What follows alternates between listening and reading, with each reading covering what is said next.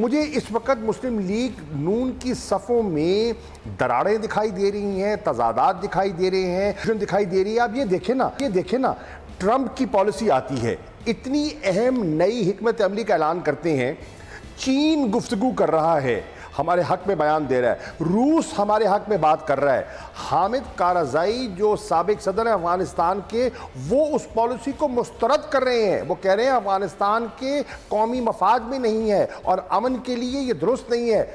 पाकिस्तान के वजीर आजम कहाँ हैं? पाकिस्तान के वजीर खारजा कहाँ हैं? पाकिस्तान की हुकूमत किधर है? गायब है, दिखाई नहीं दे रही। 3 दिन हो गए खामोश बैठे हैं।